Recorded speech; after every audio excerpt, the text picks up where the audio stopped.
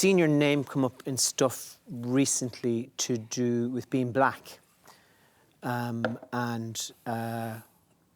What is that about? Like, are you black? Well, the thing about it is that I hope it hasn't just come up recently, because I always knew I was black, and it's a bit of a Freudian slip, because I wasn't black when I played football as a professional, and I'm not playing anymore. I'm black now that I can't get as much work as I did. So when did you think you were black? Yeah. No, here's the situation, and I'll tell you, because when I, just to give you an example, when I first signed for Liverpool, apart from Harry Gale, who was a local player. Totally, yeah.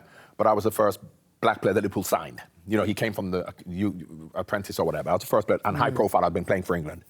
And my friend, who used to go to the games, and there were these two old boys who sat in front of him every game, and he's talking about, we don't want John Barnes to come, he's black, and he doesn't like the cold, he wears tights, and no black players aren't good in the cold, and they're from down south. So the first couple He'll of only games... be able to play in May. Exactly. But the first two games were away from home.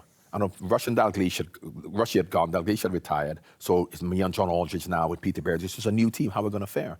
First two games were away from home, and we did so well. We beat Arsenal, we won the second game, and it was a new, exciting Liverpool team. So by the time the first home game came along, the away fans had said, Barnes is great, blah, blah, blah. So the buzz went round about John Barnes. Yeah. First home game now, and I scored a free kick after 15 minutes against Oxford, and my friend used to sit behind these two white guys who used to abuse me before, all boys, and he said one of them turned to the other and said, he's not as black as I thought. Which you could mean the colour of my skin rather than anything else. So very much like I separate my life from who I am and what I am, I also separate the fact that I'm a black footballer in terms of when people tell me they love me.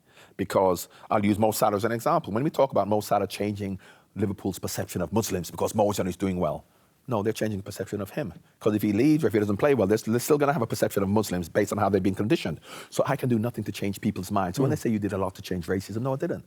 Because you talk about a new situation now whereby, you know, the New England team, because they're black players and it's well accepted, they don't abuse them anymore, and this new inclusive England team, then 3 years ago, 3 black players missed a penalty, and you see what happened.